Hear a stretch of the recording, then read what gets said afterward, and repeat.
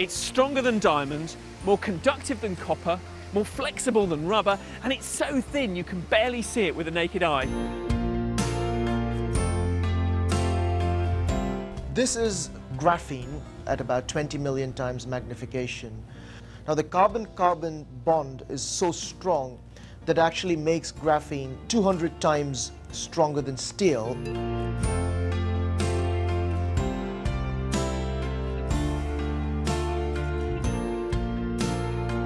On its own, cellophane cannot conduct electricity, but when graphene is added, something remarkable happens. And we have an LED bulb there. lamp there, and as soon as you wire it up, the lamp starts to glow, so which means that there is current flowing through a piece of plastic.